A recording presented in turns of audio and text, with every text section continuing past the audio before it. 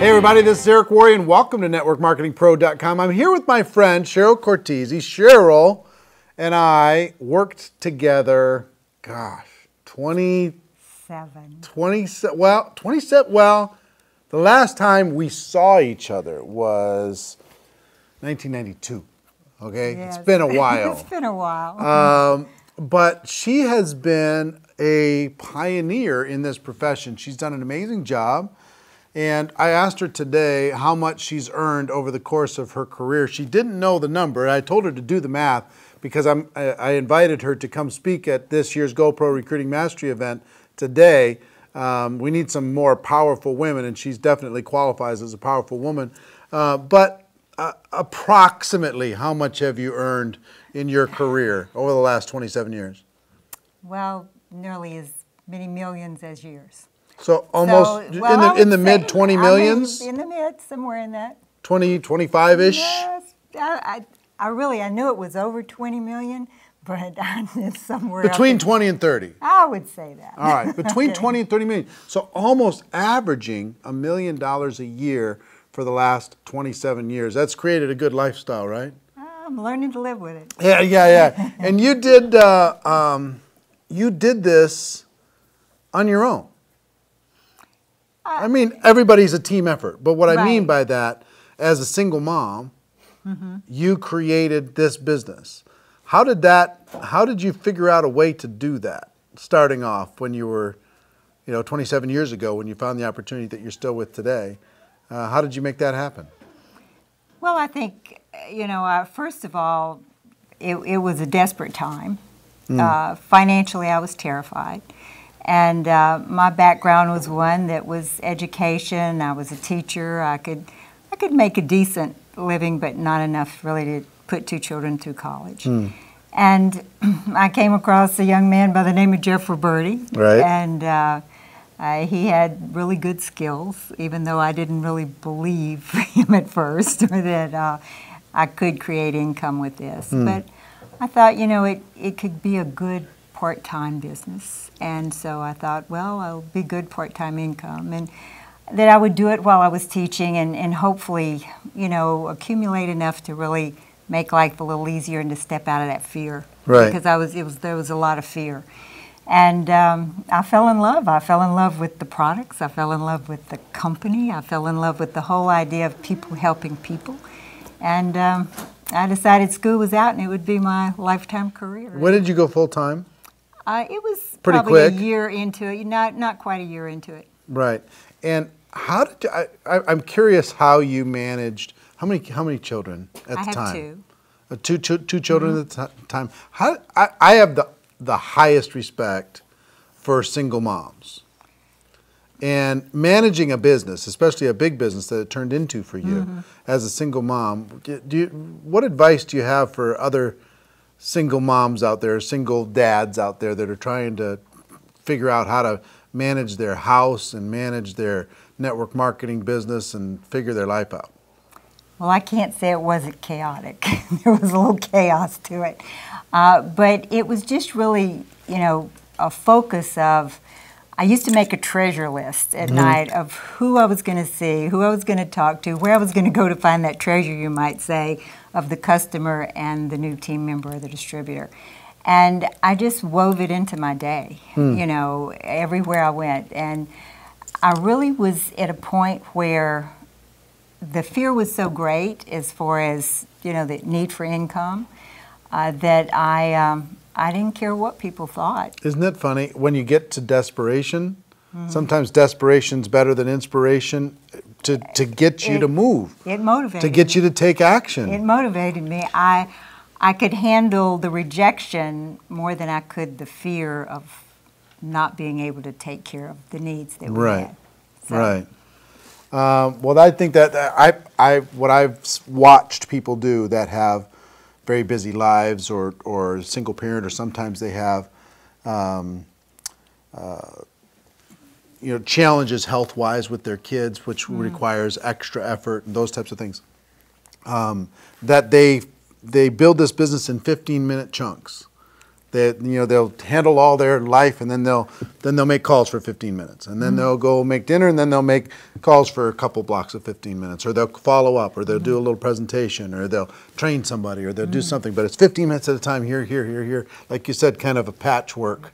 You blended in, but there were chunks of time, especially in the very beginning. Yep. I was in between semesters when Jeff came across me, and so we had that really focused time. There was about 5 weeks where it was what we call just all-out massive action, and so it was whoever we could talk to, and we talked to a lot of people in those first few weeks, and really my core team came together at that point. And after that, it was just a matter of, keeping up with people. Right. Keeping up with people. Making it all happen. Making it all happen. You make over $1 million a year now. Well, it's feeling that way. It is. $1 million a year. It's real money. It is real money. And what advice do you have for people? I mean, you're going to be coming to speak. And I know I just invited you today. You did. She's literally one of the last spots that we just filled in the lineup. And I'm excited about that. Yeah, it's going to be great. But what would you like to share with people? When they come to the event in November, what can they expect to hear from you? Well, they can expect to hear from me that certainly to take self-responsibility, to really look at it, decide what you're going to do, have a goal and a focus, and then really be determined. To have that consistency of effort. I think if anything has paid me well over all these years, it's just consistent effort. And that's what the treasure list was about, was to design that day, the next day. Literally, I stayed very connected to Jeff, especially that first 3 months. I'd call him at 9:30 in the morning, even though we were a distance from each other. I was long distance from him. And check in every night as to who I'd spoken to, if he was helping me, speak to people, what was happening. And really that consistency of effort. And then the daily method of operation. You really have to be true to yourself. And so, your daily method of operation will never let you down. Right. Only you can let your daily method of operation down. Right. So if you're consistent with your effort, it always pays off. And the other thing that I think is really important to understand is that it's numbers. It's just, I look at people as if they're a long line right out into infinity. And you interested? No, move out of the way. You interested? No, move out of the way. But it's really putting your emotions and your effort into that person who responds, who is interested in your product and your business, and getting that core team together. Jeff did that with me. We initially put that core team together, right there in the beginning, and then once you have a few like-minded people, you're off to the races. Yeah. It's so funny, and I got to ask you a question, and I can guess how you're going to respond a little bit. Well, but the question is, you're a very humble person. You're a very soft-spoken, gentle, woman, right? But I got to ask you, there's been other humble, nice, gentle woman in your business that didn't make $25 million. What makes you different? If you had to really look at it, what's the difference? I understand, before. But what's the difference between you, if you really had to try and analyze it, between you and somebody who didn't have that big, amazing, incredible financial experience? Because there has to be some differences, right? I would guess. I mean, I don't look at myself as anything extra special. I will tell you this, that I'm tenacious. I'm personally well-disciplined. I have a good, strong work ethic. I don't mind working hard for something as long as I know what to do, okay, and that I get a return for it.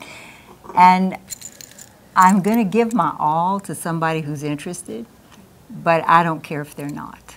That's a great. Say that again. I'll give my all to somebody who's interested, but I don't care if they're not interested. And it doesn't mean that I don't care about the person. It just means that emotionally I'm not going to be invested there. Right.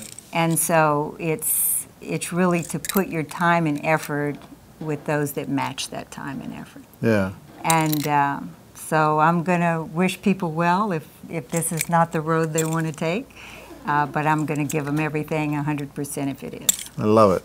I love it. Well, I hope you got value from this. This is just a quick kind of impromptu. Very impromptu. Yeah, we had an all-day event here, and you were amazing. Thank you. Just for fun. And we got a little peanut gallery because they had a reception.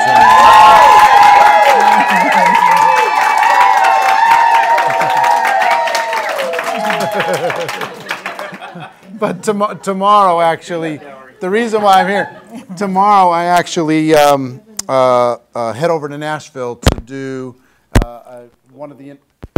We all right? We are now. Okay, so tomorrow I actually head over to Nashville to do one of the interviews for the network marketing documentary. That's part of the reason why I'm here in Memphis and stop by to see these people. But I hope you got value from this. Remember, August 11th is when the remaining tickets go on sale for GoPro Recruiting Mastery. Hope you come and see Cheryl and the rest of the people that are going to be in attendance there. But for now, ladies and gentlemen, our wish for you is that you decide to become a network marketing professional. You decide to go pro, because it is a stone cold fact that we have a better way. Now let's go tell the world. Everybody have a great day. We'll see you next time. Take care. Bye-bye.